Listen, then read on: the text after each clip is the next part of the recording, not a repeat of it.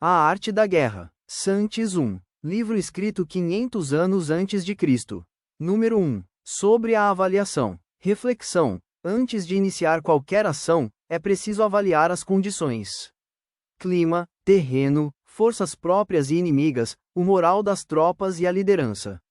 Sun Tzu disse: a guerra é de vital importância para o Estado, é o domínio da vida ou da morte, é o caminho para a sobrevivência, ou a perda do império. É preciso manejá-la bem. Não refletir seriamente sobre tudo o que lhe concerne, é dar prova de lastimável indiferença no que diz respeito à conservação, ou à perda do que nos é mais querido, e isso não deve ocorrer entre nós. Há que valorizá-la em termos de 5 fatores fundamentais, e fazer comparações entre as diversas condições dos contendores, com vistas a determinar o resultado da guerra. O primeiro desses fatores é a doutrina, o segundo, o tempo, o terceiro, o terreno, o quarto, o mando e o quinto, a disciplina. A doutrina significa aquilo que faz com que o povo esteja em harmonia com o seu governante, de modo que o siga aonde for, sem temer por sua vida, nem de se expor a qualquer perigo. O tempo significa o yin e o yang, a noite e o dia, o frio e o calor, dias ensolarados ou chuvosos e a mudança das estações. O terreno implica as distâncias, e faz referência onde é fácil ou difícil deslocar-se, se é em campo aberto, ou lugares estreitos, e isto influencia as possibilidades de sobrevivência. O mando há de ter como qualidades a sabedoria, a sinceridade, a benevolência, a coragem e a disciplina. Por último, a disciplina há de ser compreendida como a organização do exército, as graduações e classes entre os oficiais, a regulação das rotas de mantimentos, e a provisão de material militar para o exército. Estes 5 fatores fundamentais hão de ser conhecidos por cada general. Aquele que os domina, vence, aquele que não os domina, sai derrotado. Portanto, ao traçar os planos, há de se comparar os seguintes 7 fatores, avaliando-se cada um, com o maior cuidado. Qual dirigente é o mais sábio e capaz? Que comandante possui o maior talento? Que exército obtém vantagens da natureza e terreno? Em que exército se observam melhor os regulamentos e as instruções? Quais as tropas mais fortes? Que exército tem oficiais e tropas melhor treinadas? Que exército administra recompensas e castigos de forma mais justa? Mediante o estudo desses 7 fatores, serás capaz de adivinhar qual dos 2 grupos sairá vitorioso e qual será derrotado. O general que seguir o meu conselho vencerá. Esse general há de ser mantido na liderança. Aquele que ignorar os meus conselhos, certamente será derrotado, e deve ser destituído. Além de prestar atenção aos meus conselhos e planos, o general deve criar uma situação que contribua para o seu cumprimento. Por situação, quero dizer que deve levar em consideração a situação do campo, e atuar de acordo com o que lhe for vantajoso. A arte da guerra se baseia no engano. Portanto, quando és capaz de atacar, deves aparentar incapacidade, e quando as tropas se movem, aparentar inatividade. Se estás perto do inimigo, deves fazê-lo crer que estás longe, se longe, deve aparentar que se está perto. Colocar iscas para atrair o inimigo. Golpear o inimigo quando está desordenado. Preparar-se contra ele quando está seguro, em todas as partes. Evitá-lo durante um tempo quando é mais forte. Se teu oponente tem um temperamento colérico, tenta irritá-lo. Se é arrogante, trata de adular o seu ego. Se as tropas inimigas se acham bem preparadas, após uma reorganização, tenta desordená-las. Se estão unidas, semeia a dissensão entre suas fileiras. Ataca o inimigo quando não está preparado, e aparece quando não te espera. Estas são as chaves da vitória pela estratégia. Agora, se as estimativas realizadas antes da batalha indicam vitória, é porque os cálculos cuidadosamente realizados mostram que tuas condições são mais favoráveis, que as condições do inimigo, se indicam derrota, é porque mostram que as condições favoráveis para a batalha são menores. Com uma avaliação cuidadosa, podes vencer. Sem ela, não podes. Menos oportunidades de vitória terá aquele que não realiza cálculos precisos. Graças a este método, pode-se examinar a situação, e o resultado aparece claramente. Número 2. Sobre o princípio das ações. Reflexão. A guerra exige recursos e tempo, é preciso agir com rapidez para evitar desperdícios e desgaste prolongado. Uma vez começada a batalha, ainda que estejas ganhando, se continuares por muito tempo, desanimarás as tuas tropas, e embotarás a tua espada. Se estás sitiando uma cidade, esgotar as tuas forças. Se mantiveres o teu exército, durante muito tempo em campanha, teus mantimentos se esgotarão. As armas são instrumentos de má sorte, empregá-las por muito tempo, produzirá calamidades. Como se tem dito, os que a ferro matam, a ferro morrem. Quando as tuas tropas estão desanimadas, a tua espada embotada, esgotadas estão as tuas forças, se os teus mantimentos são escassos, até os teus se aproveitarão da tua debilidade, para se revoltarem. Assim, ainda que tenhas conselheiros sábios, ao final não poderás fazer que as coisas saiam bem. Por causa disso, tem-se ouvido falar de operações militares que são torpes e repentinas, porém nunca se viu nenhum especialista na arte da guerra que mantivesse a campanha por muito tempo. Nunca é benéfico para um país deixar que uma operação militar se prolongue por muito tempo.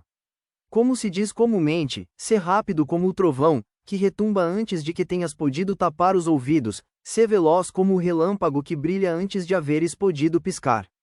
Portanto, os que não são totalmente conscientes da desvantagem de servir-se das armas, não podem ser totalmente conscientes das vantagens de utilizá-las.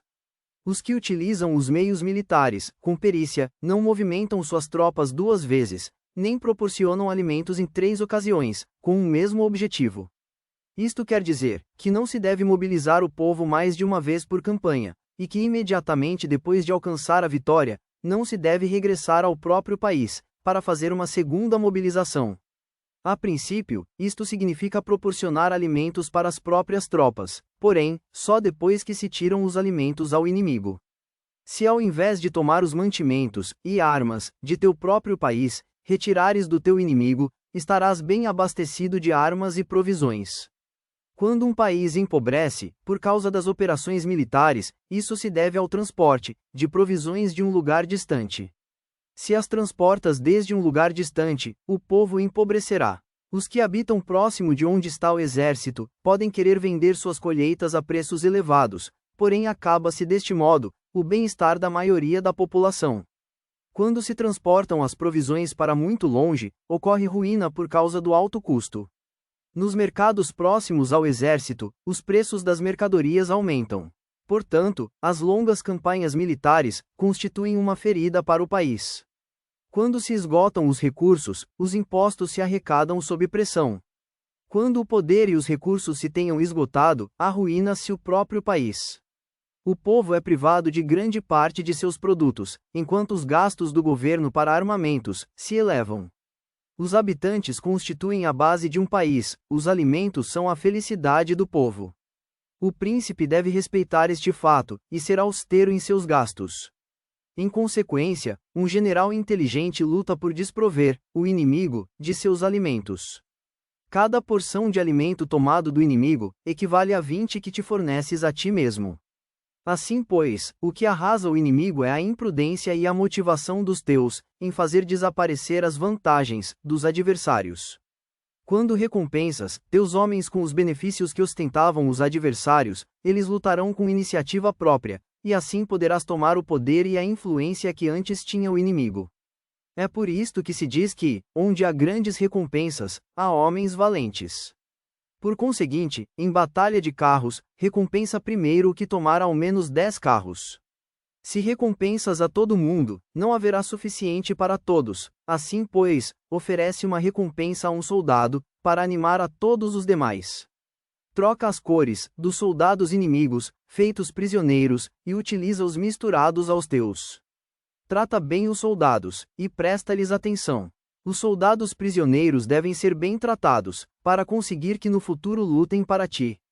A isto se chama vencer o adversário, e incrementar por acréscimo as tuas próprias forças. Se utilizas o inimigo, para derrotar o inimigo, serás poderoso em qualquer lugar aonde fores. Assim pois, o mais importante em uma operação militar é a vitória, e não a persistência. Esta última, não é benéfica. Um exército é como o fogo. Se não o apagas, se consumirá por si mesmo. Portanto, sabemos que o que está à cabeça do exército, está a cargo das vidas dos habitantes, e da segurança da nação. Número 3. Sobre as proposições da vitória e da derrota. Reflexão. A melhor vitória é conquistar sem lutar, usando a diplomacia, alianças e enfraquecendo o inimigo, sem um confronto direto. Como regra geral, é melhor conservar um inimigo intacto, do que o destruir. Capture seus soldados, para conquistá-los, e domina seus chefes. Pratica as artes marciais, calcula a força de teus adversários, faz com que percam o ânimo e a orientação, de maneira que, ainda estando intacto, o exército inimigo fique imprestável. Isto é ganhar sem violência. Se destruíres o exército inimigo, e matares seus generais, se assaltas suas defesas disparando, se usurpas seu território, tudo isto é ganhar pela força. Por isto os que ganham todas as batalhas, não são realmente profissionais. E sim, os que conseguem fazer que se rindam, os exércitos alheios sem lutar, esses são os melhores mestres na arte da guerra. Os guerreiros superiores atacam, enquanto os inimigos estão projetando seus planos. Um grande imperador dizia: o que luta pela vitória frente a espadas nuas, não é um bom general. A pior tática é atacar uma cidade. Por isso, somente como último recurso, se deve assediar e encurralar uma cidade. Emprega menos de 3 meses em preparar teus artefatos, e outros 3, para coordenar os recursos para teu assédio. Nunca ataque por cólera, e com pressa. É aconselhável tomar-se tempo na organização e coordenação do plano. Um verdadeiro mestre das artes marciais vence outras forças inimigas sem batalha, conquista cidades sem assediá-las, e destrói exércitos sem empregar muito tempo. Um mestre experiente nas artes marciais desfaz os planos dos inimigos, estropia suas relações e alianças, corta os mantimentos, ou bloqueia seu caminho, vencendo mediante estas táticas sem necessidade de lutar. É imprescindível lutar contra todas as facções inimigas, para obter uma vitória completa, de maneira que seu exército não fique aquartelado, e seu benefício seja total. Esta é a lei do assédio estratégico. A vitória completa se produz quando o exército não luta, quando a cidade não é assediada, quando a destruição não se prolonga por muito tempo, e em cada caso, o inimigo é vencido pelo emprego da estratégia. A regra da utilização da força é a seguinte: se as tuas forças são 10 vezes superiores às do adversário, cerca-o. Se são 5 vezes superiores, ataca-o. Se são 2 vezes superiores, divide-o. Se tuas forças são iguais em número, luta, se te é possível. Se tuas forças são inferiores, mantém-te continuamente em guarda, pois a menor falha te acarretaria as piores consequências. Trata de manter-te ao abrigo, e evita o quanto possível um enfrentamento aberto. A prudência e a firmeza de um pequeno número de pessoas podem chegar a cansar e a dominar até grandes exércitos. Este conselho se aplica nos casos em que todos os fatores são equivalentes. Se tuas forças estão em ordem, enquanto que as do inimigo estão imersas no caos, se tu e as tuas forças estão com ânimo, e eles desmoralizados, então, mesmo que sejam mais numerosos, podes entrar em batalha. Se teus soldados, as tuas forças, a tua estratégia e o teu valor são menores que os de teu adversário, então deves retirar-te e buscar outra alternativa. Em consequência, se o bando menor é obstinado, cai prisioneiro do bando maior. Isto quer dizer que, se um pequeno exército não faz uma avaliação adequada de seu poder, e se atreve a enfrentar uma grande potência, por mais que a sua defesa seja firme, será conquistado. Se não pode ser forte, porém tampouco sabe ser débil, serás derrotado. Os generais são servidores do povo. Quando seu serviço é completo, o povo é forte. Quando seu serviço é defeituoso, o povo é débil. Assim, existem 3 maneiras pelas quais um príncipe leva o exército ao desastre. Quando um príncipe, ignorando as ações, ordena seus exércitos a avançar ou retirar-se, quando não devem fazê-lo, a isto se chama imobilizar o exército. Quando um príncipe ignora os assuntos militares, porém compartilha em pé de igualdade o mando do exército, os soldados acabam confusos. Quando o príncipe ignora como levar a cabo as manobras militares, porém compartilha por igual sua direção, os soldados estão vacilantes. Uma vez que os exércitos estão confusos e vacilantes, iniciam os problemas procedentes dos adversários. A isto se chama perder a vitória, por transtornar o aspecto militar. Se tentas utilizar os métodos de um governo civil para dirigir uma operação militar, a operação será confusa. Triunfam aqueles que sabem quando lutar e quando esperar, quando discernir utilizar muitas ou poucas tropas, quando possuem tropas cujas categorias têm o mesmo objetivo, quando enfrentam com preparativos os inimigos desprevenidos, e quando têm generais competentes, não limitados por seus governos civis. Estas 5 são as maneiras de conhecer o futuro vencedor. Falar que o príncipe seja o que dá as ordens, em tudo, é como o general solicitar permissão ao príncipe para poder apagar um fogo, pois quando lhe for autorizado, só restará as cinzas. Se conheces os demais, e conheces a ti mesmo, nem em 100 batalhas correrás perigo.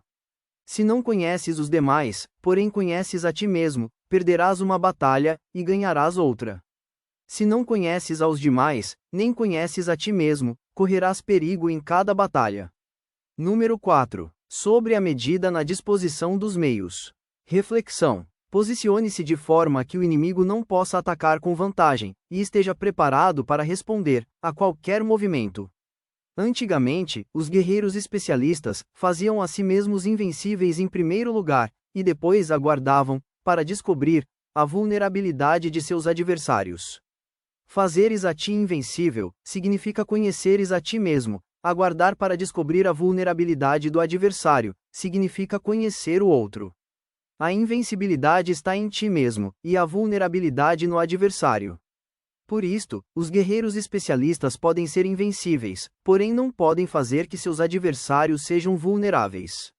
Se os adversários não têm ordem de batalha sobre as quais estás informado, se não sabes suas negligências, nem suas falhas, para se aproveitar delas, como podes vencer, ainda que estejam bem providos? Por isto é que se diz que a vitória pode ser percebida, porém não fabricada. A invencibilidade é uma questão de defesa, já a vulnerabilidade é uma questão de ataque. Enquanto não tiveres observado vulnerabilidades na ordem de batalha dos adversários, oculta a tua própria formação de ataque, e prepara-te para ser invencível, com a finalidade de preservar-te. Quando os adversários têm ordens de batalha vulneráveis, esse é o momento de sair e atacá-los. A defesa é para tempos de escassez, o ataque é para tempos de abundância. Os especialistas em defesa se escondem nas profundezas da terra. Os especialistas em manobras de ataque se escondem nas mais elevadas alturas do céu. Desta maneira, podem proteger-se e lograr a vitória total. Em situações de defesa, se calem as vozes, e se eliminem os cheiros, fiquem escondidos como fantasmas e espíritos sob a terra, invisíveis para todo o mundo.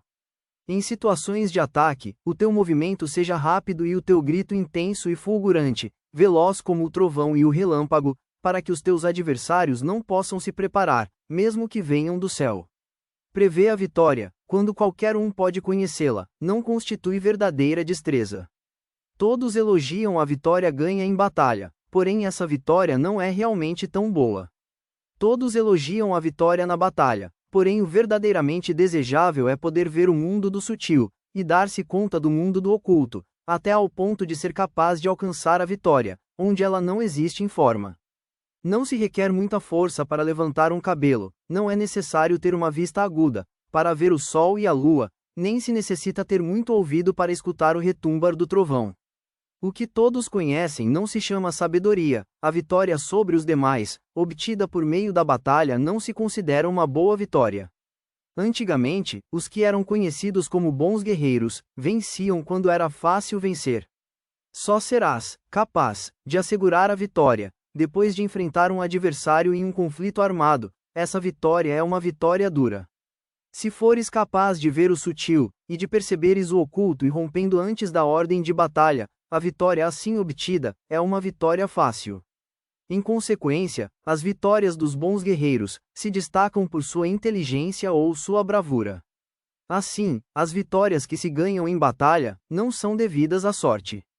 Essas vitórias não são casualidades, são devidas a ter-se situado previamente em posição de poder ganhar, com seguridade, impondo-se sobre os que já tinham perdido de antemão.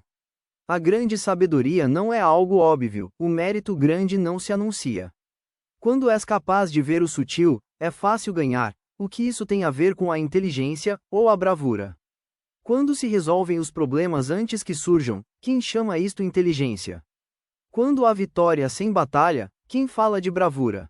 Assim, pois, os bons guerreiros tomam posição em um terreno no qual não podem perder, e não passam por alto as condições que fazem seu adversário inclinar-se à derrota. Em consequência, um exército vitorioso ganha primeiro e inicia a batalha depois. Um exército derrotado luta primeiro e tenta obter a vitória depois. Esta é a diferença entre os que têm estratégia e os que não têm planos. Os que utilizam boas armas cultivam o caminho e observam as leis. Assim podem governar, prevalecendo sobre os corruptos. Sirva-se da harmonia para desvanecer a oposição, não ataque um exército inocente, não faça prisioneiros, nem tome saques por onde passar seu exército, não corte as árvores nem contamine os poços, limpe e purifique os templos das cidades e montanhas, no caminho que atravessares, não repita os erros de uma civilização decadente, a tudo isto se chama, o caminho, e suas leis. Quando o exército está estritamente disciplinado, até ao ponto em que os soldados morreriam antes de desobedecer às ordens, e as recompensas e os castigos merecem confiança e estão bem estabelecidos, quando os chefes e oficiais são capazes de atuar desta forma, podem sim vencer um príncipe inimigo e corrupto. As regras militares são os 5: medição, avaliação, cálculo, comparação e vitória. O terreno dá lugar às medições, estas dão lugar às avaliações, as avaliações aos cálculos, estes, às comparações, e as comparações dão lugar às vitórias. Mediante comparações das dimensões, podes conhecer onde há vitória ou derrota. Em consequência, um exército vitorioso é como 1 quilo comparado a 1 grama, um exército derrotado é como 1 grama comparado a 1 quilo. Quando o que ganha, consegue que seu povo vá à batalha, como se estivesse dirigindo uma grande corrente de água, ao longo de um vale profundo, isto é uma questão de ordem de batalha. Quando a água se acumula em um vale profundo, ninguém pode medir a sua quantidade, o mesmo acontece quando a nossa defesa não mostra a sua forma. Quando se solta a água, ela se precipita para baixo como uma torrente, de maneira tão irresistível como o nosso próprio ataque. Número 5. Sobre a firmeza. Reflexão. Use de forma eficiente as forças, alternando entre momentos de descanso e ação, para manter o exército motivado e forte.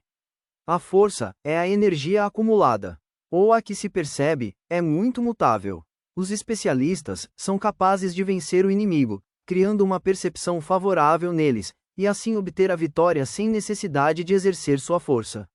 Governar sobre muitas pessoas, como se fossem poucas, é uma questão de dividi-las em grupos ou setores, é organização. Batalhar contra um grande número de tropas, como se fossem poucas, é uma questão de demonstrar força, símbolos e sinais. Refere-se a conseguir uma percepção de força e poder na oposição. Isso no campo de batalha se refere às formações e bandeiras utilizadas para organizar as tropas e coordenar seus movimentos.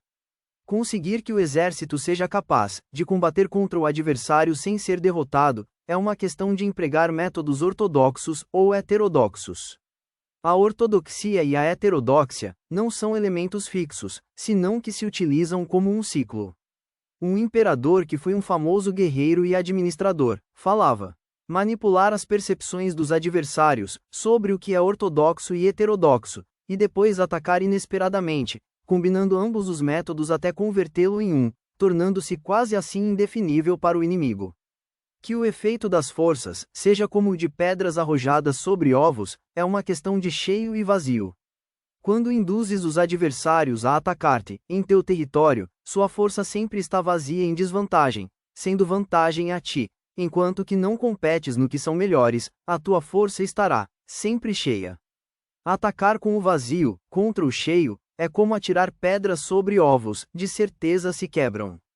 Quando se inicia uma batalha de maneira direta, a vitória se ganha por surpresa. O ataque direto é ortodoxo. O ataque indireto é heterodoxo. Só há 2 classes de ataques na batalha, o extraordinário por surpresa, e o direto ordinário, suas variantes são inumeráveis. O ortodoxo e o heterodoxo se originam reciprocamente, como um círculo sem começo nem fim, quem poderia esgotá-los? Quando a velocidade da água que flui alcança o ponto em que pode mover as pedras, esta é a força direta. Quando a velocidade e a manobrabilidade do falcão é tal que pode atacar e matar, isto é precisão. O mesmo ocorre com os guerreiros especialistas, sua força é rápida, sua precisão certeira. Sua força é como disparar uma catapulta, sua precisão é dar no objetivo previsto, e causar o efeito esperado. A desordem chega da ordem, a covardia surge do valor, e a debilidade brota da força. Se queres fingir desordem, para convencer a teus adversários, e distraí-los, primeiro tens que organizar a ordem, porque só então podes criar uma desordem artificial.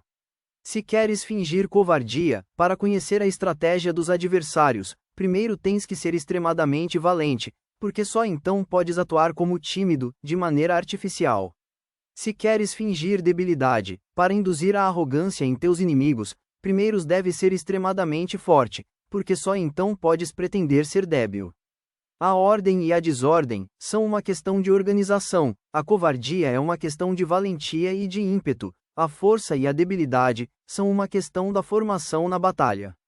Quando um exército tem a força do ímpeto e a percepção, até o tímido se torna valente, quando perda a força do ímpeto, até o valente se torna tímido. Nada está fixado nas leis da guerra, estas se desenvolvem sobre a base do ímpeto.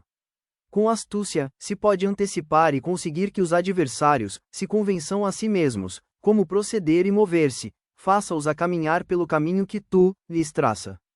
Induza seus inimigos a avançar, com a perspectiva do triunfo, para que assim caiam na emboscada. Os bons guerreiros buscam a efetividade na batalha, a partir da força do ímpeto, e não dependem só da força de seus soldados. São capazes de escolher a melhor gente, empregá-los adequadamente e deixar que a força do ímpeto logre seus objetivos. Quando há entusiasmo, convicção, ordem, organização, recursos, compromisso dos soldados, tens a força do ímpeto, e o tímido é valoroso. Assim é possível determinar os soldados por suas capacidades, habilidades e encomendar-lhes deveres e responsabilidades adequadas. O valente pode lutar, o cuidadoso pode fazer sentinela, e o inteligente pode estudar, analisar e comunicar.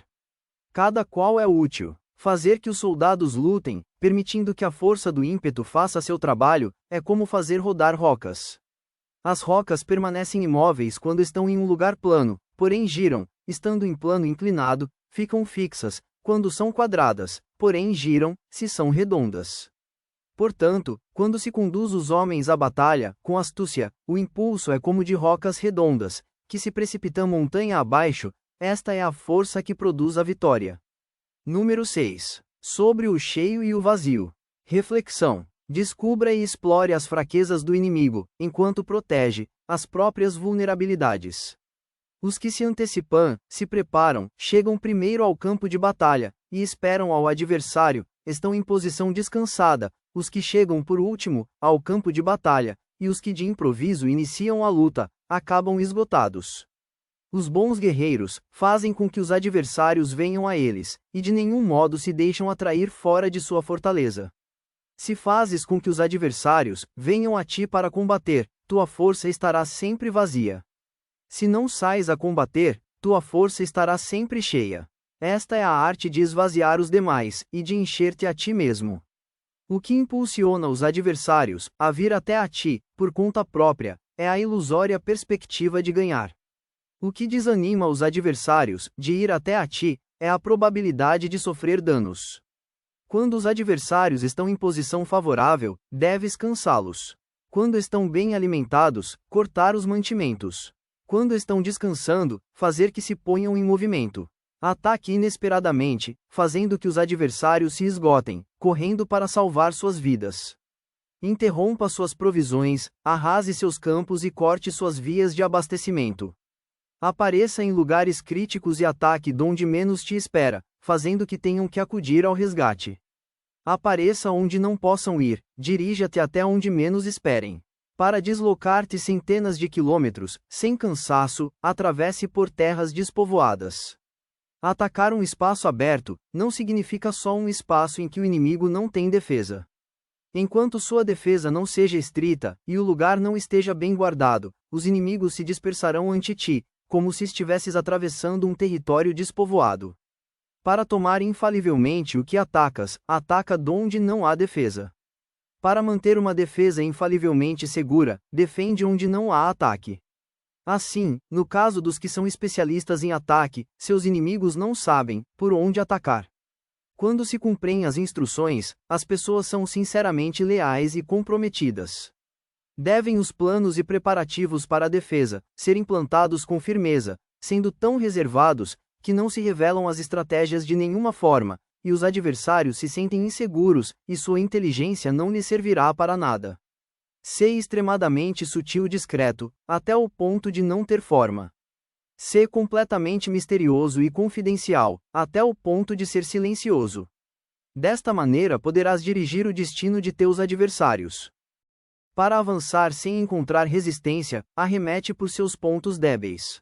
Para retirar-te, de maneira esquiva, sê mais rápido que eles. As situações militares se baseiam na velocidade, chegue como o vento, mova-te como o relâmpago, e os adversários não poderão vencer-te. Portanto, quando entrar em batalha, inclusive se o adversário já está entrincheirado, em posição defensiva, não pode evitar a luta, atacas no lugar que deve acudir irremediavelmente ao resgate. Quando não queiras entrar em batalha, inclusive se traçaste uma linha no terreno, que queres conservar, o adversário não pode combater contigo, porque lhe dás uma falsa pista. Isto significa, que quando os adversários chegarem para atacar-te, não lutes com eles, a não ser que estabeleças uma mudança estratégica, para confundi-los, e enchê-los de incertezas. Por conseguinte, quando induzes outros a efetuar uma formação, enquanto tu mesmo permaneces sem forma, estarás concentrado, enquanto que teu adversário estará dividido. Faça que os adversários vejam como extraordinário o que é ordinário para ti, faça que vejam como ordinário o que é extraordinário para ti. Isto é induzir o inimigo a efetuar uma formação. Uma vez vista, essa nova formação do adversário, concentra tuas tropas contra ele.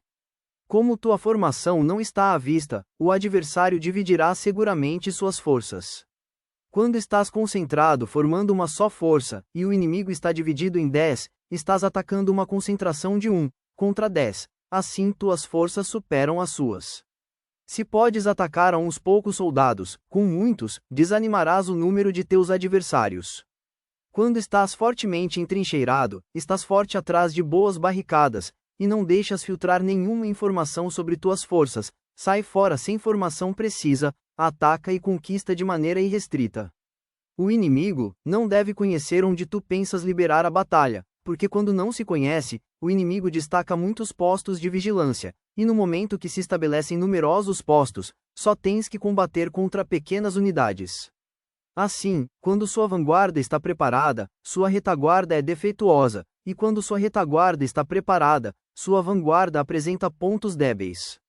As preparações de sua ala direita significarão carência em sua ala esquerda. As preparações por todas as partes significará ser vulnerável por todas as partes. Isto significa que, quando as tropas estão de guarda em muitos lugares, estão forçosamente espalhadas em pequenas unidades. Quando se dispõe de poucos soldados se está na defensiva, contra o adversário, aquele que dispõe de muitos soldados, faz que o inimigo tenha que defender-se. Quanto mais defesas induzires para teu inimigo adotar, mais debilitado ele ficará. Assim, se conheces o lugar e a data da batalha, podes acudir a ela, mesmo que estejas a 1000 quilômetros de distância. Se não conheces o lugar e a data da batalha, então teu flanco esquerdo não pode salvar ao direito, tua vanguarda não pode salvar a tua retaguarda, e tua retaguarda não pode salvar a tua vanguarda, nem mesmo em um território de umas poucas dezenas de quilômetros. Se tens muitas mais tropas que os demais, como pode ajudar-te este fator, para obter a vitória? Se não conheces o lugar e a data da batalha, mesmo que tuas tropas sejam mais numerosas que as deles, como pode saber se vais ganhar ou perder? Assim, se diz que a vitória pode ser criada. Se fazes que os seus adversários não saibam o lugar e a data da batalha, sempre podes vencer. Inclusive se os inimigos são numerosos, podes fazer que não entrem em combate. Portanto, faz tua valoração sobre eles, para averiguar seus planos e determinar que estratégia pode ter êxito, e qual os incitará à ação, para assim, tu descobrir qual é o esquema geral de seus movimentos, e descansa. Faça algo por ou contra eles, para ter a sua atenção, de maneira que possas atraí-los e descobrir seus hábitos de comportamento, de ataque e de defesa. Induza-os a adotar formações específicas, para conhecer seus pontos fracos. Isto significa utilizar muitos métodos, para confundir e perturbar o inimigo com o objetivo de observar suas formas de resposta para ti. Depois de tê-las observado, haja em consequência, de maneira que pode saber que classe de situações significam vida, e quais significam morte. Teste-os para averiguar seus pontos fortes e seus pontos débeis. Portanto, o ponto final da formação de um exército é chegar a não formar. Quando não tens forma, os informadores não podem descobrir nada, já que a informação não pode criar uma estratégia. Uma vez que não tens forma perceptível, não deixas pegadas que possam ser seguidas, os informadores não encontram nenhuma fresta por onde olhar. E os que estão a cargo da planificação, não podem estabelecer nenhum plano realizável. A vitória sobre multidões, mediante formações precisas, deve ser desconhecida das multidões. Todo mundo pode conhecer a forma que resultou em vencedor, porém ninguém pode conhecer a forma que assegurou a vitória. Em consequência, a vitória na guerra não é repetitiva, ela adapta sua forma, continuamente. Determinar as mudanças apropriadas significa não repetir as estratégias prévias, para obter a vitória. Para consegui-la, deves adaptar-te desde o princípio a qualquer formação que os adversários possam adotar. As formações são como a água, a natureza da água é evitar o alto e ir para baixo. Assim, a natureza dos exércitos é evitar o cheio e atacar o vazio. O fluxo da água está determinado pela terra, a vitória vem determinada pelo adversário. Assim, um exército não tem formação constante, o mesmo que a água não tem forma constante, se chama gênio, a capacidade de obter a vitória, caminhando e adaptando-se segundo o inimigo. Número 7. Sobre o enfrentamento direto e indireto. Reflexão. Movimentar tropas com agilidade, surpreender o inimigo e adaptar-se rapidamente às mudanças do campo de batalha. A regra ordinária para o uso do exército é que o mando do exército receba ordens das autoridades civis, e depois reúne e concentra as tropas, aquartelando-as juntas. Nada é mais difícil que a luta armada. Lutar com outros cara a cara, para conseguir vantagens é o trabalho mais árduo do mundo. A dificuldade da luta armada é fazer próximas as distâncias e converter os problemas em vantagens. Enquanto dás a aparência de estar muito longe, começa teu caminho e chegues antes que o inimigo. Portanto, fazes que sua rota seja larga, atraindo-o com a esperança de ganhar. Quando empreendes a marcha, depois que os outros, e chegas antes que eles, conheces a estratégia de fazer que as distâncias sejam próximas. Sirva-te de uma unidade especial para enganar ao inimigo, atraindo-o a uma falsa perseguição, fazendo crer que o grosso de tuas forças está muito longe. Então, lanças uma força de ataque surpresa, que chega antes, ainda que tenhas começado o caminho depois. Por conseguinte, a luta armada pode ser proveitosa, e pode ser perigosa. Para o especialista é proveitosa, para o inexperiente, perigosa. Mobilizar todo o exército para o combate, para obter alguma vantagem, tomaria muito tempo, porém combater por uma vantagem com um exército incompleto, teria como resultado uma falta de recursos. Se te mobilizas rapidamente, e sem parar, dia e noite, recorrendo o dobro da distância habitual, e se lutas por obter alguma vantagem a milhares de quilômetros, teus chefes militares serão feitos prisioneiros, os soldados que sejam fortes chegarão ali primeiro, mas os cansados chegarão depois, então como regra geral, só o conseguirá 1 de cada 10. Quando a rota é larga, as tropas se cansam, gastam sua força na mobilização, e chegam esgotadas enquanto que seus adversários estão descansados e frescos. Assim, certamente serão atacadas. Combater por uma vantagem a 50 km de distância frustrará os planos do mando, e como regra geral, só a metade dos soldados o farão. Se combates para obter uma vantagem a 30 km de distância, só 2 de cada 3 soldados os recorrerão. Assim, um exército perece se não está equipado, se não tem provisões ou, se não tem dinheiro. Estas três coisas são necessárias, não podes combater para ganhar com um exército não equipado, ou sem provisões, o que o dinheiro facilita. Portanto, se ignoras os planos de teus rivais, não podes fazer alianças precisas. A menos que conheças as montanhas e os bosques, os desfiladeiros e os passos, e a condição dos pântanos, não podes manobrar com uma força armada. A menos que utilizes guias locais, não podes aproveitar-te das vantagens do terreno. Só quando conheces cada detalhe da condição do terreno, podes manobrar e guerrear.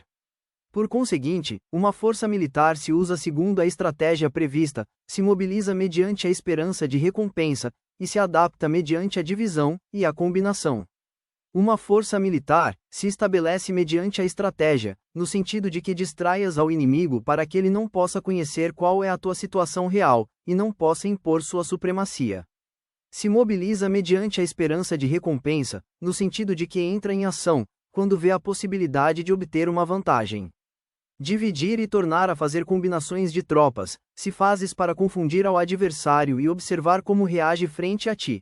Desta maneira podes adaptar-te para obter a vitória. Por isto, quando uma força militar se move com rapidez, é como o vento, quando vai lentamente, é como o bosque, é voraz como o fogo e imóvel como as montanhas. É rápida como o vento, no sentido que chega sem avisar e desaparece como o relâmpago. É como um bosque, porque tem uma ordem. É voraz como o fogo, que devasta uma planície sem deixar para trás, sequer um ramo de erva. É imóvel como uma montanha, quando se aquartela. É tão difícil de conhecer como a escuridão, seu movimento é como um trovão que retumba. Para ocupar um lugar, divida as tuas tropas. Para expandir teu território, divida os benefícios. A regra geral das operações militares é desprover de alimentos ao inimigo em tudo o que se possa. Em localidades onde as gentes não têm muito, é necessário dividir as tropas em grupos pequenos, para que possam tomar em diversas partes o que necessitam, já que só assim terão o suficiente. Quanto a dividir o saque, significa que é necessário reparti-lo entre as tropas, para guardar o que foi conquistado, não deixando que o inimigo o recupere. Haja depois de ter feito estimativas. Ganha o que conhece primeiro, à medida do que está longe e do que está próximo. Esta é a regra geral da luta armada. O primeiro que faz o movimento é o convidado, o último é o anfitrião. O convidado o tem difícil, o anfitrião o tem fácil. Perto e longe significam deslocamento, o cansaço, a fome e o frio surgem dele. Um antigo livro, que trata de assuntos militares, diz: as palavras não são escutadas, por isso é que se fazem os símbolos e os tambores. As bandeiras e os estandartes se fazem, por causa da ausência de visibilidade. Símbolos, tambores, bandeiras e estandartes se utilizam para concentrar e unificar os ouvidos e os olhos dos soldados. Uma vez que estão unificados, o valente não pode atuar só, nem o tímido pode retirar-se. Esta é a regra geral do emprego de um grupo. Unificar os ouvidos e os olhos dos soldados significa fazer que olhem e escutem, em uníssono, de maneira que não caiam na confusão e desordem. As sinais se utilizam para indicar direções e impedir que os indivíduos vão onde bem quiserem. Assim, em batalhas noturnas, utiliza-se fogo e tambores, e em batalhas diurnas, serve-se de bandeiras e estandartes, para controlar os ouvidos e os olhos dos soldados. Utilize muitos sinais, para confundir as percepções do inimigo, e o fazer temer teu temível poder militar. Desta forma, fazes desaparecer a energia de seus exércitos e desmoraliza seus generais. Em primeiro lugar, deves ser capaz de manter-te firme em teu próprio coração, só então podes desmoralizar os generais inimigos. Por isto, a tradição afirma que os habitantes de outros tempos tinham a firmeza para desmoralizar, e a antiga lei dos que conduziam carros de combate dizia que quando a mente original é firme, a energia fresca é vitoriosa. Deste modo, a energia da manhã está cheia de ardor, a do meio-dia decai e a energia da noite se retira. Em consequência, os especialistas no manejo das armas preferem a energia entusiasta, atacam a decadente e a que se bate em retirada. São eles os que dominam a energia. Qualquer débil no mundo se dispõe a combater em um minuto, caso se sinta animado, porém quando se trata de tomar as armas, e de entrar em batalha, é possuído pela energia. Quando esta energia se desvanece, estará assustado e se arrependerá de ter começado. Utilizar a ordem para enfrentar a desordem, utilizar a calma para enfrentar os que se agitam, isto é dominar o coração. A menos que teu coração esteja totalmente aberto, e tua mente em ordem, não podes esperar ser capaz de adaptar-te a responder sem limites, a manejar os acontecimentos de maneira infalível, a enfrentar dificuldades graves e inesperadas, sem te perturbar, dirigindo cada coisa, sem confusão. Dominar a força, é esperar os que vêm de longe, aguardar com toda a comodidade os que se tenham fatigado, e com o estômago saciado os famintos. Isto é atrair os outros até onde estás, ao tempo que evitas, ser induzido a ir, até onde eles estejam. Evitar o confronto, contra formações de combate bem ordenadas, e não atacar grandes batalhões, constitui o domínio da adaptação. Portanto, a regra geral das operações militares é não enfrentar uma grande montanha, nem se opor ao inimigo de costas para ela. Isto significa que se os adversários estão em um terreno elevado, não deves atacá-los costa acima, e que quando efetuam uma carga costa abaixo, não deves fazer-lhes frente. Não persigas os inimigos, quando fingem uma retirada, nem ataques tropas experientes.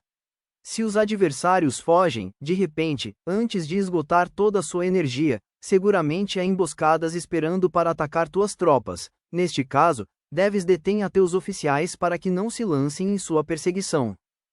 Não consumas a comida de seus soldados inimigos. Se o inimigo abandona de repente suas provisões, estas devem ser provadas, antes de ser comidas, porque podem estar envenenadas. Não detenhas nenhum exército que esteja de retorno ao seu país. Sob estas circunstâncias, um adversário lutará até a morte. Deixa uma saída a um exército cercado. Mostra-lhes uma maneira de salvar a vida, e assim poderás aproveitar para atacá-los. Caso não vejam saída, eles lutarão com toda a força até a morte. Não pressiones um inimigo desesperado. Um animal esgotado seguirá lutando, pois essa é a lei da natureza. Estas são as leis das operações militares. Número 8. Sobre as 9 mudanças. Reflexão. Cada situação exige uma resposta diferente. A flexibilidade estratégica é essencial para a vitória. No geral, as operações militares estão sob ordens do governante civil para dirigir ao exército. O general não deve erguer seu acampamento em terreno difícil. Deixa que se estabeleçam relações diplomáticas nas fronteiras. Não permaneças em um território árido nem isolado. Quando te achas em terreno fechado, prepara alguma estratégia e mova-te. Quando te achares em terreno mortal, luta. Nos terrenos fechados, existem lugares íngremes que te rodeiam por todas partes, de maneira que o inimigo tem mobilidade, pode chegar e ir com liberdade, porém a ti é difícil sair e voltar. Cada rota deve ser estudada para que seja a melhor.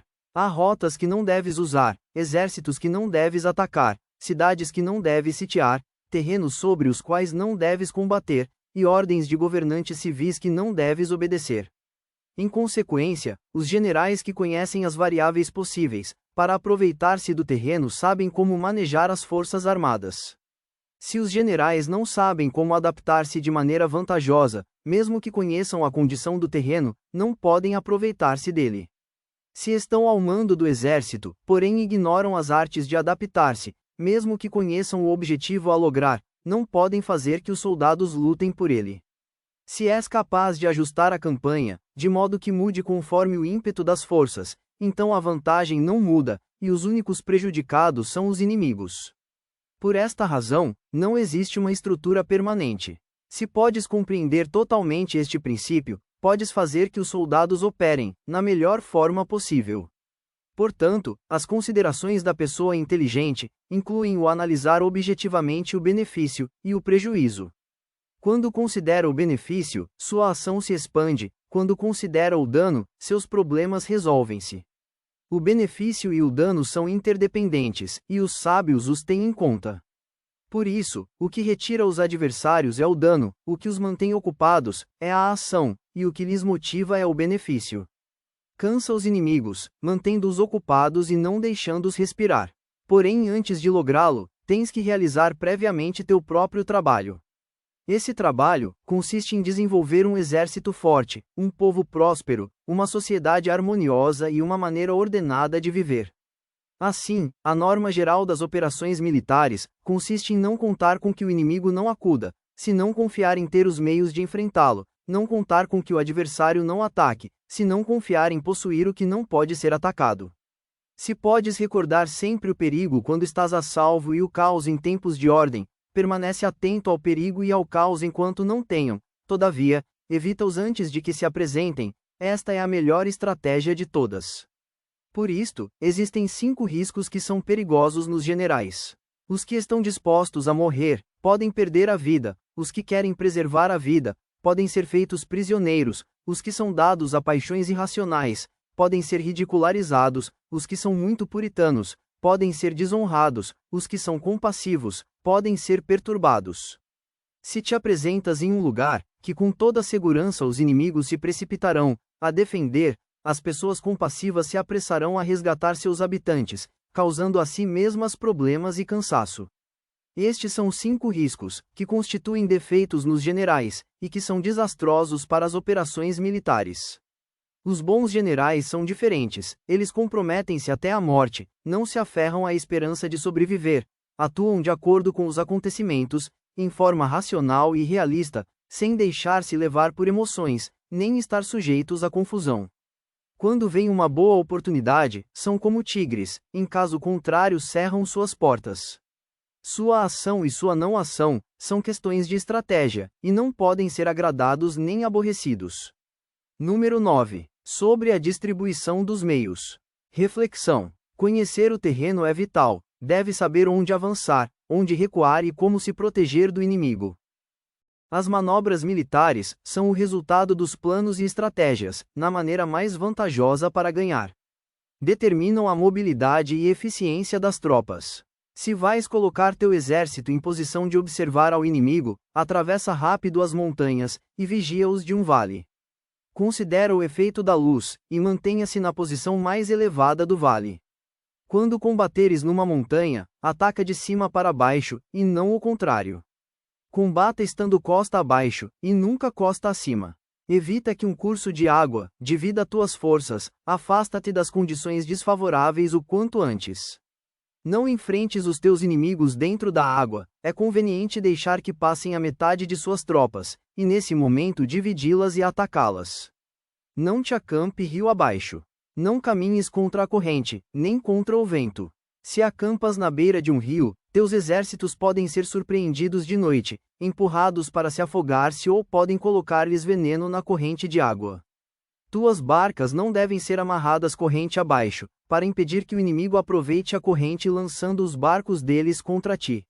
Se atravessa pântanos, faça-o rapidamente. Se te encontras frente a um exército em meio de um pântano, permanece próximo de suas plantas aquáticas ou respaldado pelas árvores. Em uma planície, toma posições que sejam fáceis de manobrar, mantendo as elevações do terreno atrás e à tua direita, estando as partes mais baixas diante e as mais altas atrás. Geralmente, um exército prefere um terreno elevado, e evita um terreno baixo, aprecia a luz e detesta a escuridão. Os terrenos elevados são estimulantes, e portanto, se acha a gosto neles, ademais são convenientes, para adquirir a força do ímpeto. Os terrenos baixos são úmidos, o qual provoca enfermidades e dificulta o combate. Cuida da saúde física de teus soldados, com os melhores recursos disponíveis. Pois quando não existe enfermidade em um exército, se diz que este é invencível. Onde haja montículos e terraplanos, situa-te em seu lado ensolarado, mantendo sempre à tua direita e atrás. Colocar-se na melhor parte do terreno é vantajoso para uma força militar. A vantagem em uma operação militar consiste em aproveitar-se de todos os fatores benéficos do terreno. Quando chove rio acima, a corrente traz consigo a espuma, se queres cruzá-lo, espera acalmar. Sempre que um terreno apresentar barrancos, lugares fechados, armadilhas, riscos, grutas e prisões naturais, deves abandoná-lo rapidamente ou não aproximares dele. No que me concerne, sempre mantenho distância destes acidentes de terreno, de maneira que os adversários estejam mais perto deles, fico de frente a estes acidentes, de maneira que fiquem nas costas do inimigo. Então estás em situação vantajosa, e ele em condições desfavoráveis. Quando um exército está se deslocando, atravessa territórios montanhosos com muitas correntes de água e poços, pântanos cobertos de juncos, bosques virgens cheios de árvores e vegetação. Por isso, é imprescindível esquadrinhá-los totalmente e com cuidado, já que estes lugares ajudam nas emboscadas e os espiões. Desça do cavalo, e esquadrinhe o terreno, pois podem existir tropas escondidas para tentar uma emboscada. Também pode ser que haja espiões à espreita, observando-te e escutando tuas instruções e movimentos. Quando o inimigo está perto, permanece calmo, mostra que se achas em posição forte. Quando está longe, tenta provocar hostilidades, queres que avances. Se sua posição é acessível, queres dizer que lhe é favorável. Se um adversário não conserva a posição que lhe é favorável pelas condições do terreno, e se situa em outro lugar conveniente, acautela-te, pois deve ser porque existe alguma vantagem tática, para ele agir desta maneira. Se as árvores se movem, é que o inimigo está se aproximando. Se há obstáculos entre os brejos, é que tomaste um mau caminho. A ideia de pôr muitos obstáculos entre os matos, é fazer-te pensar que existem tropas emboscadas escondidas no meio dela. Se os pássaros alçam o voo, há tropas emboscadas no lugar. Se os animais estão assustados, existem tropas atacantes. Caso se elevem colunas de pó altas e espessas, há carros que se estão aproximando. Se são baixas e largas, aproximam-se soldados a pé. Nuvens de fumaça esparsas, significam que se está cortando lenha. Pequenas nuvens de pó, que vão e vêm, indicam que está levantando acampamento. Se os emissários do inimigo pronunciam palavras humildes enquanto incrementa preparativos de guerra, isto quer dizer que vai avançar. Quando se pronunciam palavras pomposas e se avança ostensivamente, é sinal de que o inimigo se vai retirar. Se seus emissários vêm com palavras humildes, envia espiões para observar o inimigo, e comprovarás que está aumentando seus preparativos de guerra. Quando os carros, ligeiros, saem em primeiro lugar e se situam nos flancos, é que estão estabelecendo uma frente de batalha. Se os emissários chegam pedindo a paz sem firmar um tratado, significa que estão tramando alguma traição.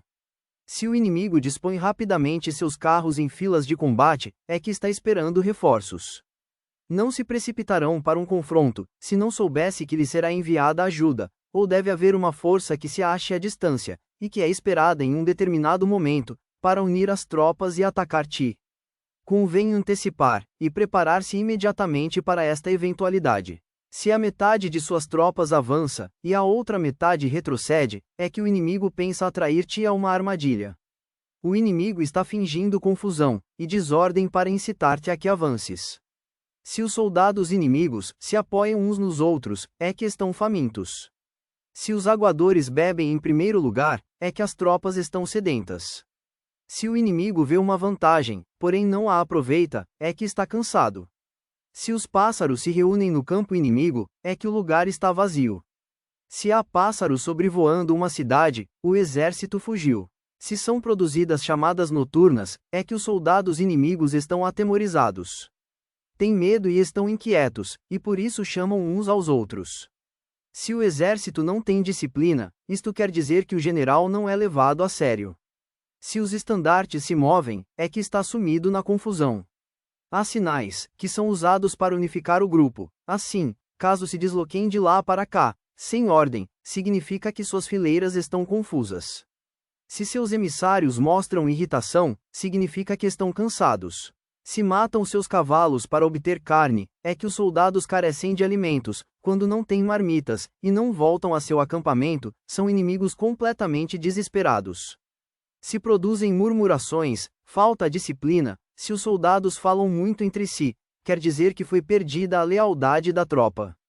As murmurações descrevem a expressão dos verdadeiros sentimentos, a falta de disciplina indicam problemas com os superiores. Quando o mando perdeu a lealdade das tropas, os soldados falam com franqueza sobre os problemas com seus superiores. Se outorgam numerosas recompensas, é que o inimigo se acha em um beco sem saída. Quando se ordenam demasiados castigos, é que o inimigo está desesperado. Quando a força de seu ímpeto está esgotada, outorgam constantes recompensas, para ter contentes os soldados, e evitar que se rebelem em massa. Quando os soldados estão tão esgotados, que não podem cumprir as ordens, são castigados uma e outra vez para restabelecer a autoridade. Ser violento no princípio, terminará depois temendo os próprios soldados, isso é o cúmulo da inépcia. Os emissários, que auxiliam com atitude conciliatória, indicam que o inimigo quer uma trégua. Se as tropas inimigas te enfrentam com ardor, porém se demoram no momento de entrar em combate, e não abandonam totalmente o terreno, deves observá-los, cuidadosamente. Estão preparando um ataque surpresa. Em assuntos militares, não é necessariamente mais benéfico ser superior em forças, só evita atuar com violência desnecessária, isso é suficiente para consolidar teu poder. Fazer estimativas sobre o inimigo, e conseguir reunir tropas, isso não é tudo. O inimigo que atua isoladamente, que carece de estratégia e que toma a dianteira a seus adversários, inevitavelmente acabará sendo derrotado. Se teu plano não contém uma estratégia de retirada, ou posterior ao ataque, senão que confias exclusivamente na força de teus soldados, e tomas a dianteira a teus adversários sem valorar sua condição, com toda certeza cairás prisioneiro. Se castigas os soldados, antes de ter conseguido que sejam leais ao teu mando, não obedecerão, e se não obedecem, serão difíceis de empregar. Também não poderão ser empregados, se não levar a cabo nenhum castigo, inclusive depois de haver obtido sua lealdade. Quando existe um sentimento profundo de apreço e confiança, e os corações dos soldados estão vinculados ao mando, se relaxares a disciplina, os soldados se tornarão arrogantes e será impossível usá-los. Portanto, administra-os mediante a arte civilizada, e unifica-os mediante as artes marciais, isto significa uma vitória contínua. Arte civilizada significa humanidade, e artes marciais significa regulamentos. Ordenar com humanidade e benevolência, unificar de maneira estrita e firme. Quando a benevolência e a firmeza são evidentes, é possível estar seguro da vitória. Quando as ordens se dão de maneira clara, sensata e coerente, as tropas as aceitam. Quando as ordens são confusas, contraditórias e mudam a toda hora, as tropas não as aceitam. Quando as ordens são razoáveis, justas, sensatas, claras e coerentes, existe uma satisfação recíproca entre o líder e o grupo. Número 10. Sobre a topologia. Reflexão. Diferentes terrenos exigem táticas específicas, cada ambiente traz riscos e oportunidades. Alguns terrenos são fáceis, outros difíceis, alguns neutros, outros estreitos, acidentados ou abertos. Quando o terreno é acessível, sejas o primeiro a estabelecer posição, escolhendo as alturas ensolaradas, uma posição que seja adequada para transportar mantimentos, assim terás vantagem quando fores à batalha. Quando estiveres em terreno difícil de sair, estarás limitado. Neste terreno, se teu inimigo não está preparado, podes vencê-lo se seguires adiante, porém se o inimigo está preparado e seguires adiante, terás muitas dificuldades para retornar de novo a ele, e isso contará contra ti. Quando é um terreno desfavorável para ambos, se trata de um terreno neutro. Em um terreno neutro, inclusive se o adversário te oferecer uma vantagem, não te aproveites dela, mas retira-te. Assim irás induzir que saiam metade das tropas inimigas, e então caia sobre eles, aproveitando-te desta condição favorável oferecida. Em um terreno estreito, se és o primeiro a chegar, deves ocupá-lo totalmente, e esperar o adversário. Se ele chegar antes, não o persiga se tiver bloqueado os desfiladeiros. Persiga-o somente, se não houver bloqueios. Em terreno acidentado, e és o primeiro a chegar, deves ocupar seus pontos altos e ensolarados, e esperar o adversário. Se este já os ocupou antes, retira-te e não o persigas. Em um terreno aberto, a força do ímpeto se encontra igualada, e é difícil incitar provocação para que lhe combata de maneira desvantajosa para ele. Entender estas 6 classes de terreno é a responsabilidade principal do general, e é imprescindível considerá-los. Estas são as configurações do terreno, os generais que as ignoram saem derrotados. Assim, entre as tropas, estão as que fogem, as que se retraem, as que se derrubam, as que se rebelam e as que são derrotadas. Nenhuma destas circunstâncias são desastres naturais, e sim, devidas aos erros dos generais. As tropas que têm o mesmo ímpeto, porém que atacam em proporção de 1 contra 10, saem derrotadas. Os que têm tropas fortes, porém cujos oficiais são débeis, ficam retraídos. Os que têm soldados débeis, ao mando de oficiais fortes, ver-se-ão em apuros. Quando os oficiais superiores estão encolerizados e são violentos, e enfrentam o inimigo por sua conta e por despeito, e quando os generais ignoram suas capacidades, o exército desmoronará. Como norma geral, para poder vencer ao inimigo, todo o mando militar deve ter uma só intenção, e todas as forças militares devem cooperar. Quando os generais são débeis e carecem de autoridade. Quando as ordens não são claras. Quando oficiais e soldados não têm solidez, e as formações são anárquicas, produz-se revolta. Os generais derrotados são aqueles que são incapazes de analisar os adversários, entram em combate com forças superiores em número ou melhor equipadas, e não selecionam as suas tropas, segundo os seus níveis de preparação. Se emprega soldados, sem selecionar os preparados, dos não preparados, os arrojados e os timoratos, estás buscando tua própria derrota. Estas são as 6 maneiras de ser derrotado. A compreensão destas situações é a responsabilidade suprema dos generais, e devem ser consideradas. A primeira é não equilibrar o número de forças, a segunda, a ausência de um sistema claro de recompensas e castigos, a terceira, a insuficiência de treinamento, a quarta, é a paixão irracional, a quinta, é a ineficácia da lei e da ordem, e a sexta, é a falha em não selecionar os soldados fortes e resolutos. A configuração do terreno pode ser apoio para o exército, para os chefes militares, o curso da ação adequada é avaliar o adversário, para assegurar a vitória, e calcular os riscos e as distâncias. Saem vencedores, os que lideram batalhas conhecendo estes elementos, saem derrotados, os que ignoram. Portanto, quando as leis da guerra assinalam uma vitória segura, é claramente apropriado começar a batalha, mesmo que o governo tenha dado ordens de não atacar. Se as leis da guerra não indicam uma vitória segura, é adequado não entrar em batalha, mesmo que o governo tenha dado a ordem de atacar. Deste modo, se avança sem pretender a glória, se ordena a retirada, sem evitar a responsabilidade, o único propósito é proteger a população, e também o governo. Assim se presta um serviço valioso a toda a nação. Avançar e retirar-se contra as ordens do governo não se faz em interesse pessoal, senão para salvaguardar as vidas da população, e no autêntico benefício do governo. Servidores desta estirpe são muito úteis para um povo. Olha para teus soldados, como quem olha para um recém-nascido, assim estarão dispostos a seguir-te até os vales mais profundos. Cuida de teus soldados como cuidas de teus queridos filhos, e morrerão agarrados contigo. Porém, não tão amável com eles que não os podes utilizar, não tão indulgente, que não lhes possa dar ordens, nem tão informal, que não possas discipliná-los. Teus soldados serão como crianças mimadas, e portanto, imprestáveis. Não deves usar somente recompensas, nem deves confiar somente nos castigos. Caso contrário, as tropas, como crianças mimadas, se acostumarão a desfrutar e a ficar ressentidas por tudo. Isto é danoso, e os torna imprestáveis.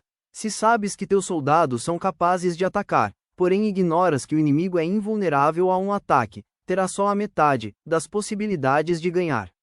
Se sabes que teu inimigo é vulnerável a um ataque, porém ignoras que teus soldados são capazes de atacar, só terás a metade das possibilidades de ganhar. Se sabes que o inimigo é vulnerável a um ataque, e teus soldados podem levá-lo a cabo, porém ignoras se a condição do terreno é favorável para a batalha, terás a metade das probabilidades de vencer. Portanto, os que conhecem as artes marciais, não perdem tempo quando efetuam seus movimentos, nem se esgotam quando atacam. Devido a isto se diz, que quando conheces a ti mesmo, e conheces os demais, a vitória não é um perigo, quando conheces o céu e a terra, a vitória é inesgotável. Número 11. Sobre as 9 classes de terreno.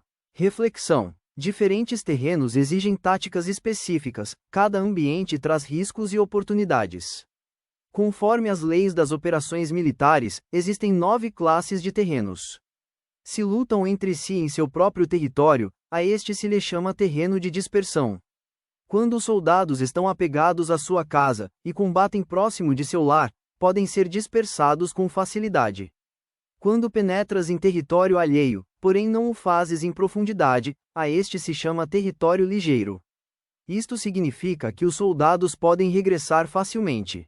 O território que pode resultar-te vantajoso, se o tomas, e vantajoso ao inimigo, se é ele quem o conquista, se chama terreno-chave. Um terreno de luta inevitável é qualquer penetração defensiva ou passo estratégico. Um território igualmente acessível para ti, e para os demais, se chama terreno de comunicação. O território que está rodeado por 3 territórios rivais, e és o primeiro a proporcionar livre acesso a ele, a todos, se chama terreno de interseção. O terreno de interseção é aquele ao que convergem as principais vias de comunicação, unindo-as entre si. Então seja o primeiro em ocupá-lo, e os demais terão que pôr-se a teu lado. Se o conquistas, te encontras seguro, se o perdes, corres perigo. Quando penetras em profundidade em um território estranho, e deixas atrás muitas cidades e povos, a este terreno se chama difícil. É um terreno do qual é difícil regressar. Quando atravessas montanhas com bosques, desfiladeiros abruptos ou outros acidentes difíceis de atravessar, a isto se chama terreno desfavorável.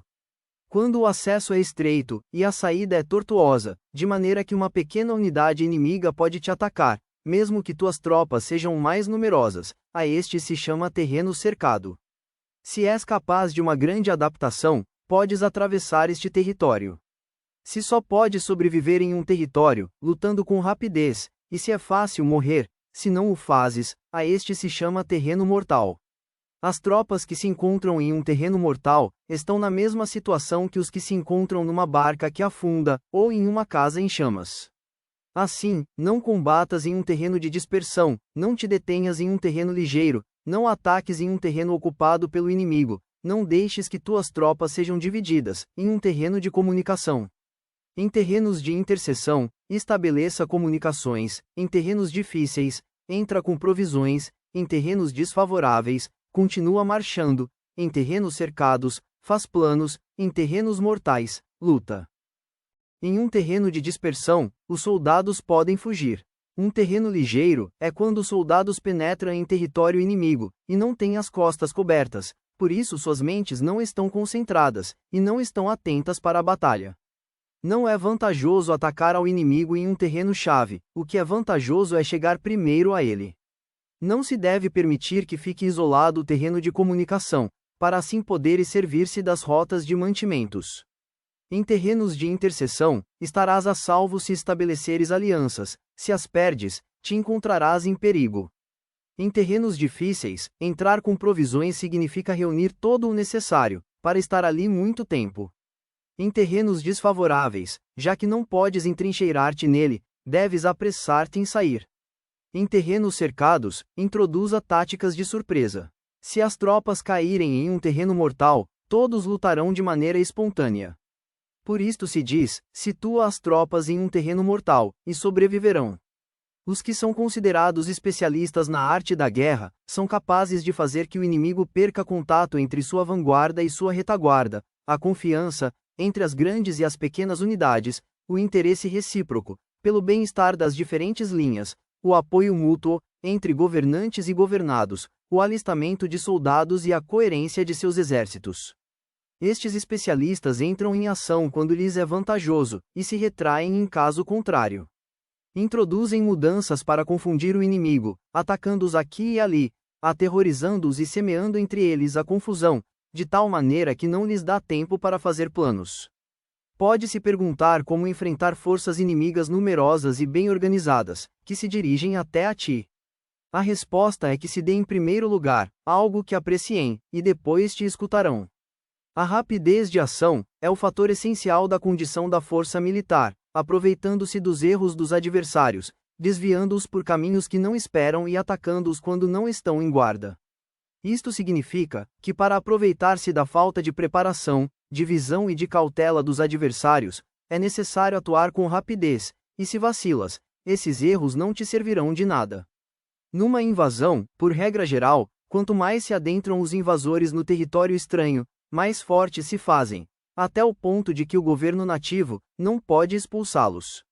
Escolhe campos férteis, e as tropas terão suficiente para comer. Cuida de sua saúde e evita o cansaço, consolida sua energia, aumenta sua força.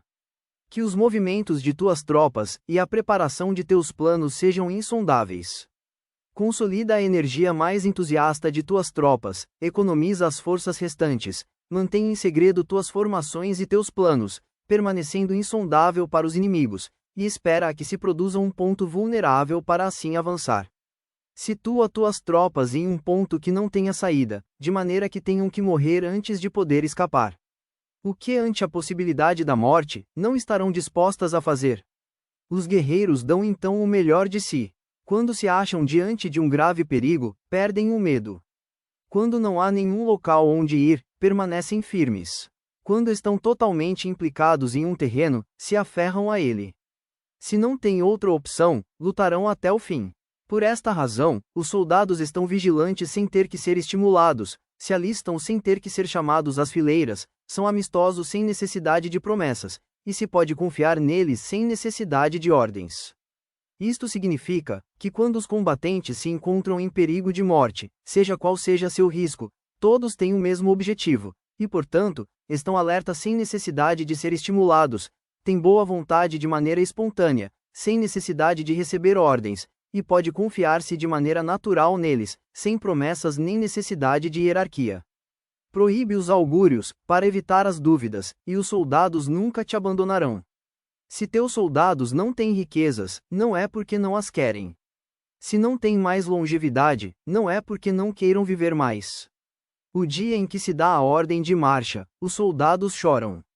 Assim, uma operação militar preparada com perícia, deve ser como uma serpente veloz, que contra-ataca com sua cauda, quando alguém lhe ataca a cabeça, e contra-ataca com a cabeça, quando alguém lhe ataca a cauda, e contra-ataca com cabeça e cauda, quando alguém lhe ataca pelo meio. Esta imagem representa o método de uma linha de batalha, que responde velozmente quando é atacada. Um manual de 8 formações clássicas de batalha diz: faz da frente a retaguarda, faz da retaguarda a frente, com 4 cabeças e 8 caudas.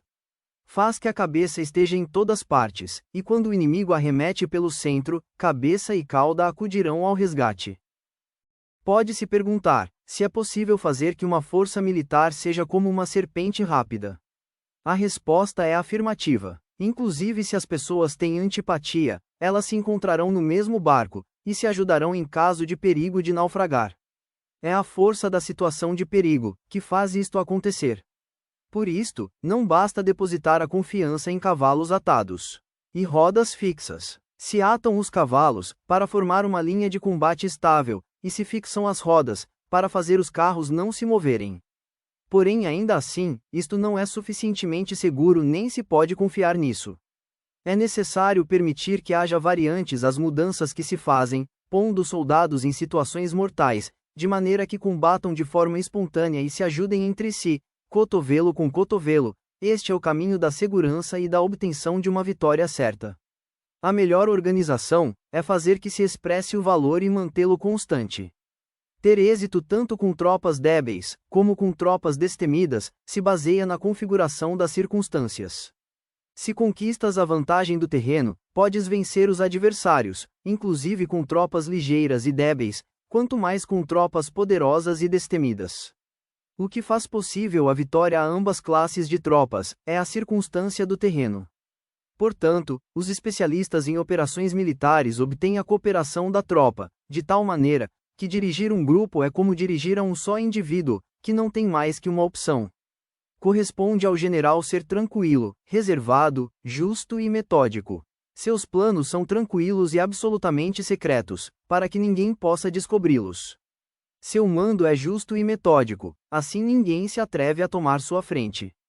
Pode manter seus soldados, sem nenhuma informação e em completa ignorância de seus planos.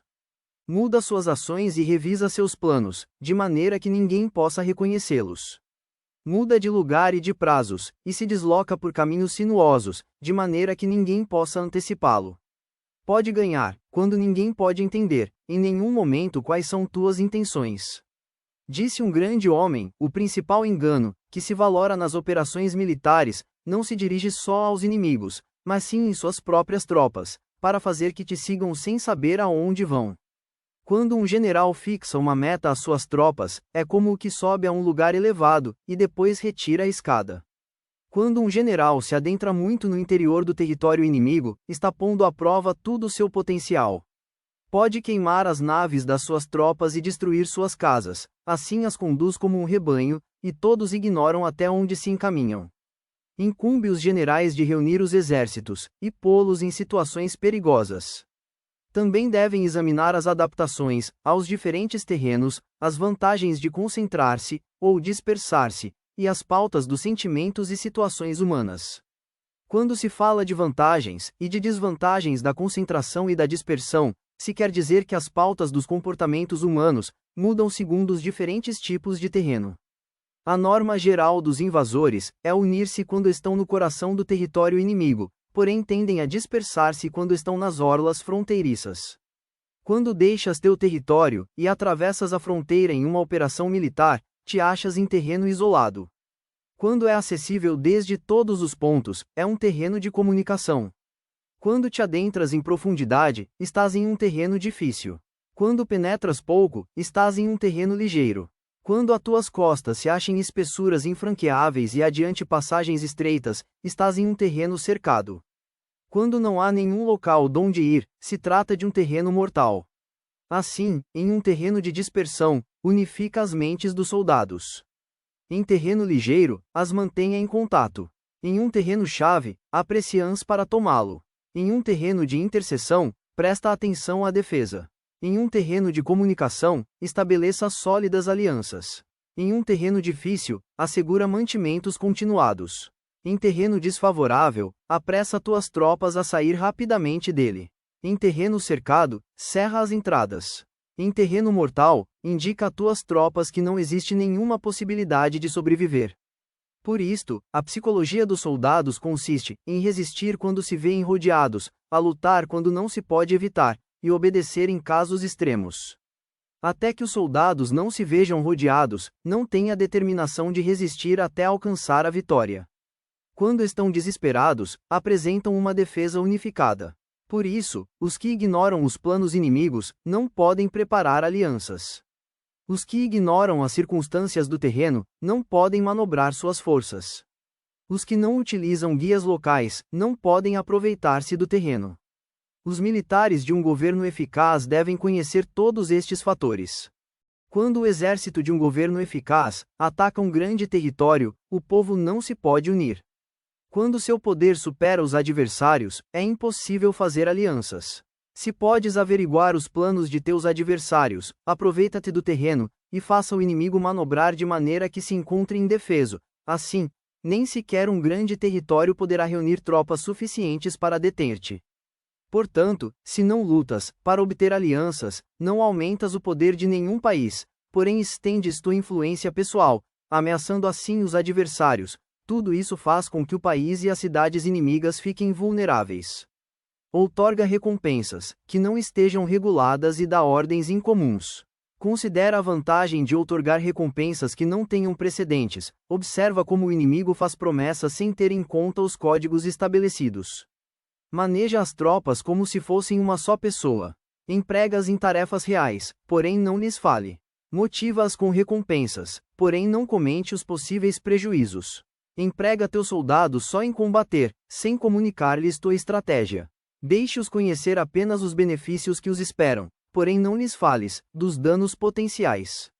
Se a verdade se filtra, tua estratégia pode afundar.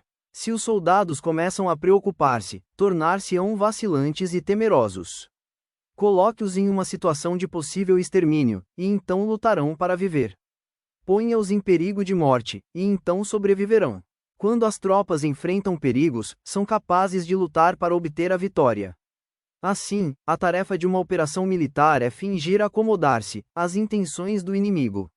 Se te concentras totalmente nisso, podes matar seu general mesmo que estejas a quilômetros de distância. A isto se chama cumprir o objetivo com perícia. No princípio, acomodas as suas intenções, depois matas a seus generais, esta é a perícia no cumprimento do objetivo. Assim, no dia em que se declara a guerra, se cerram as fronteiras, se rompem os salvo-condutos e se impede o passo dos emissários. Os assuntos se decidem rigorosamente desde que se começa a planejar, e estabelecer a estratégia desde a casa, ou quartel-general. O rigor nos quartéis generais, na fase de planificação, se refere à manutenção do segredo. Quando o inimigo oferece oportunidades, aproveite-as imediatamente. Inteira-te primeiro do que pretende, e depois antecipa-te a ele. Mantenha a disciplina e se adapte ao inimigo, para determinar o resultado da guerra. Assim, ao princípio eras como uma donzela e o inimigo abre suas portas, então, tu és como uma lebre solta, e o inimigo não poderá expulsar-te. Número 12. Sobre a arte de atacar pelo fogo. Reflexão. O fogo é uma arma poderosa quando usado de forma estratégica, especialmente para desorganizar e enfraquecer o inimigo. Existem 5 classes de ataques mediante o fogo: queimar as pessoas, queimar os mantimentos, queimar os equipamentos, queimar os depósitos e queimar as armas. O uso do fogo tem que ter uma base, e exige certos meios. Existem momentos adequados para acender fogos, concretamente quando o tempo é seco e ventoso. Normalmente, em ataques mediante o fogo, é imprescindível seguir as mudanças produzidas por ele. Quando o fogo está dentro do acampamento inimigo, prepara-te rapidamente desde fora. Se os soldados se mantêm em calma quando o fogo se inicia, espera, e não ataques. Quando o fogo alcança seu ponto mais alto e doloroso, segue-o, se puderes, se não podes, espera. Em geral, o fogo é utilizado para semear a confusão no acampamento inimigo e assim poder atacar-lhe. Quando o fogo pode ser empreendido em campo aberto, não esperes para fazê-lo em seu interior, faça-o quando seja oportuno. Quando o fogo for atiçado pelo vento, não ataques em direção contrária a ele. Não é eficaz lutar contra o ímpeto do fogo, porque o inimigo lutará neste caso até a morte. Perceba os ventos. Se soprou o vento durante o dia, à noite amainará. Um vento diurno cessará ao anoitecer, e um vento noturno cessará ao amanhecer. Os exércitos devem saber que existem 5 variantes e classes de ataques mediante o fogo, e deve adaptar-se a estas, de maneira racional. Não basta saber como atacar o inimigo com o fogo, é necessário saber como impedir que o inimigo ataque com fogo contra ti. Assim, a utilização do fogo para apoiar um ataque significa claridade, e a utilização da água para apoiar um ataque significa força. A água pode cortar a comunicação, porém não pode arrasar. A água pode ser usada para dividir um exército inimigo, de maneira que sua força se desuna, mas a tua se fortaleça. Ganhar combatendo o fogo ou levar a cabo com fogo um assédio vitorioso sem recompensar aos que tenham méritos, isso trará má sorte e serás merecedor de ser chamado avaro. Por isso se diz que um governo esclarecido tem em conta que um bom mando militar recompensa o mérito. Não se mobiliza as tropas quando não há vantagens. Não haja quando não há nada para ganhar. Não lute quando não existe perigo. As armas são instrumentos de mau augúrio, e a guerra é um assunto perigoso. Para impedir uma derrota desastrosa, é essencial não mobilizar um exército por razões insignificantes. As armas só devem ser usadas quando não existe outro remédio. Um governo não deve mobilizar um exército por ira, e os chefes militares não devem provocar a guerra por cólera. Haja quando seja benéfico, em caso contrário, desista. A ira pode converter-se na alegria, e a cólera pode converter-se em prazer. Porém, um povo destruído não pode renascer, e a morte não pode converter-se em vida. Em consequência, um governo esclarecido presta atenção a tudo isto, e um bom mando militar o tem em conta. Esta é a maneira de manter a nação a salvo, e de conservar intacto o seu exército. Número 13. Sobre o uso de espiões. Reflexão. Informação é poder, os espiões podem decidir o resultado de uma guerra. Uma operação militar significa um grande esforço para o povo, e a guerra pode durar muitos anos para obter uma vitória em um dia. Assim, conhecer a situação dos adversários fará economizar nos gastos. Não investigar e não estudar a oposição é extremada ignorância, e não é típico de um bom chefe militar, de um conselheiro de governo, nem de um governante vitorioso. Portanto, o que possibilita um governo inteligente e um mando militar sábio vencer os demais é lograr triunfos extraordinários, com essa informação essencial.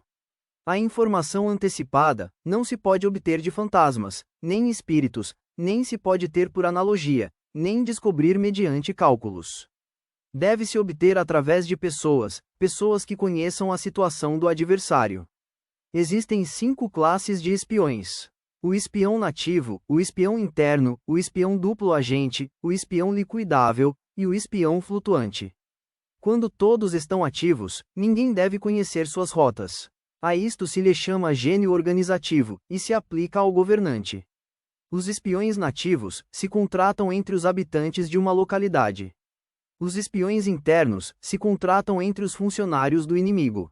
Os espiões agentes duplos se contratam entre os espiões inimigos. Os espiões liquidáveis transmitem falsos dados aos espiões inimigos. Os espiões flutuantes voltam para trazer informes. Entre os funcionários do regime inimigo, se acham aqueles com os quais se pode estabelecer contato, e os que se pode subornar, para averiguar a situação de seu país, e descobrir qualquer plano que se trame contra ti, também podem ser utilizados para criar desavenças e desarmonia. Em consequência, ninguém nas Forças Armadas é tratado com tanta familiaridade como os espiões, nem ninguém recebe recompensas tão grandes como eles. Não há assunto mais secreto que a espionagem. Se não tratas bem os espiões, eles podem converter-se em renegados e trabalhar para o inimigo. Não se pode utilizar os espiões sem sagacidade e conhecimento. Não pode servir-se de espiões sem humanidade e justiça. Não se pode obter a verdade dos espiões sem sutileza. Certamente, é um assunto muito delicado. Os espiões são úteis em todas partes. Cada assunto requer um conhecimento prévio. Se algum assunto de espionagem é divulgado antes que o espião seja informado, este que o divulgou deve ser eliminado. Sempre que queiras atacar um exército, assediar uma cidade ou atacar uma pessoa, deves antes conhecer a identidade dos seus generais, de seus aliados, seus visitantes, suas sentinelas e de seus criados. Assim, faça que teus espiões averiguem tudo sobre eles. Sempre que vais atacar e combater, deves conhecer primeiro os talentos dos servidores do inimigo, e assim, podes enfrentá-los segundo suas capacidades. Deves buscar agentes inimigos, que tenham vindo te espionar, suborná-los, e induzi-los a passar para teu lado, para poder utilizá-los como agentes duplos. Com a informação obtida desta maneira, podes encontrar espiões nativos e espiões internos para contratá-los. Com a informação obtida destes, podes fabricar informação falsa, servindo-te de espiões liquidáveis. Com a informação assim obtida, podes fazer que os espiões flutuantes atuem, segundo seus planos previstos. É essencial a um governante conhecer as 5 classes de espionagem, e este conhecimento depende dos agentes duplos, portanto, estes devem ser bem pagos. Assim, um governante inteligente ou um general sábio, que saiba utilizar os mais sagazes para a espionagem, podem estar seguros da vitória. A espionagem é essencial para as operações militares, e os exércitos dependem dela para levar a cabo suas ações.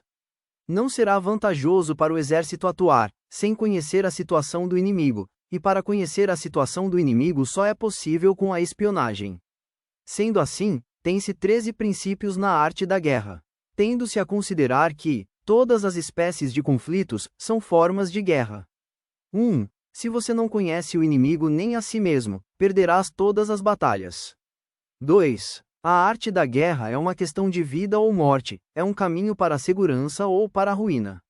Em nenhuma circunstância deve ser negligenciada. 3. O mérito, a glória, supremos, consiste em quebrar a resistência do inimigo sem lutar. 4. Apenas gostar ou usar muito de palavras não basta, é preciso saber transformá-las em atitudes e ações. 5. Preparar iscas para atrair o inimigo, fingir desorganização, quando perto, fazê-lo acreditar que está longe, quando longe, fazê-lo acreditar que está perto, quando o inimigo for temperamental, irrite-o, finja estar fraco, e não lhe dê sossego. 6. Saiba calcular o valor do tempo, isso valerá mais que a superioridade numérica. 7. Será vencedor quem souber quando e como lutar, e quando não lutar, mesmo tendo a interferência do governo. 8. O verdadeiro mérito é planejar secretamente, chegar rapidamente e frustrar as intenções do inimigo. 9. O guerreiro inteligente é alguém que não apenas vence, mas se sobressai vencendo desde o planejamento. 10. Se teu planejamento é certeiro, o inimigo já estará derrotado. 11. O guerreiro hábil é aquele que se coloca numa posição em que é impossível ser derrotado. 12. A certeza da vitória completa é somente quando seu inimigo for totalmente aniquilado. 13. Faça alianças e acordos seguros, pois o verdadeiro mestre na arte da guerra não é aquele que ganha uma batalha, mas sim aquele que consegue evitar uma guerra.